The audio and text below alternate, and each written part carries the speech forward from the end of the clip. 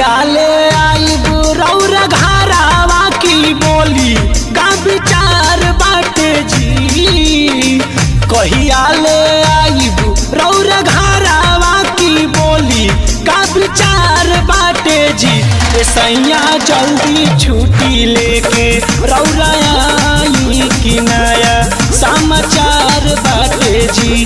सैया जल्दी छुट्टी लेके रौरा आई कि नया समाचार बाटे जी।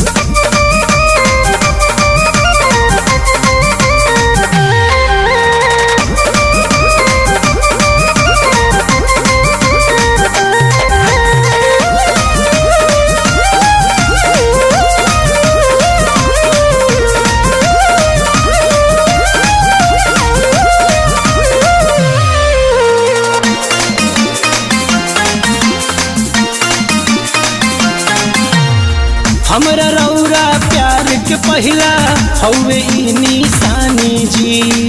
हमरा खातिर ई बतलाई काले आवत बानी जी।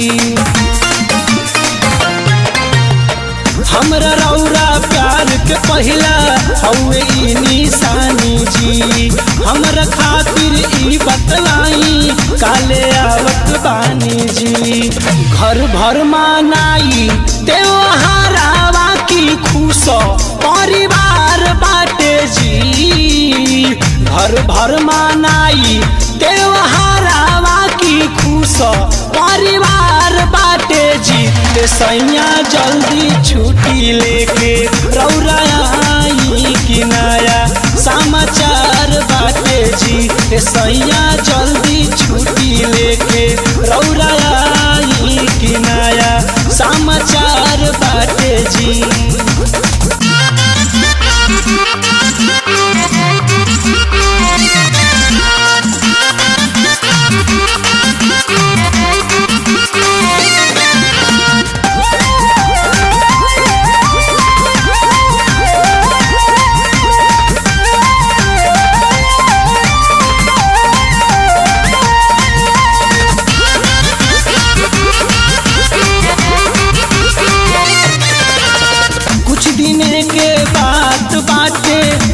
बाजी बधाई जी।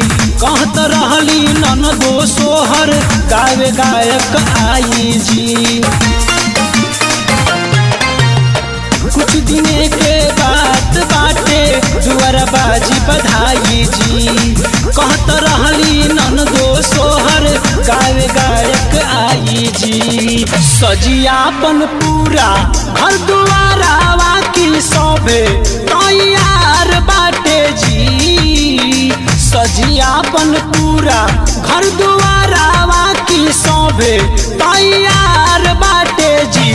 सैया जल्दी छुट्टी लेके रौरा आई कि नया समाचार बाटे जी। सैया जल्दी छुट्टी लेके रौरा आई कि नया समाचार बाटे जी।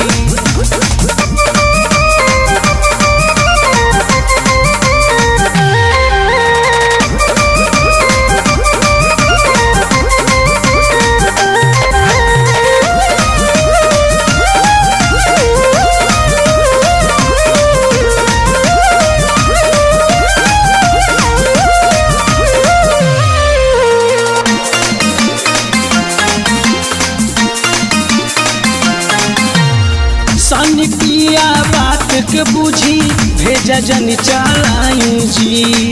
अपना साथे अमृत राज के कावे खातिर बोलाई जी। पिया सनी बात के बुझी भेजा जन चलाई जी। अपना साथे अमृत राज के कावे खातिर बोलाई जी। उनके रे सुने के सोहारावा की चाहत ई जवार बाटे जी।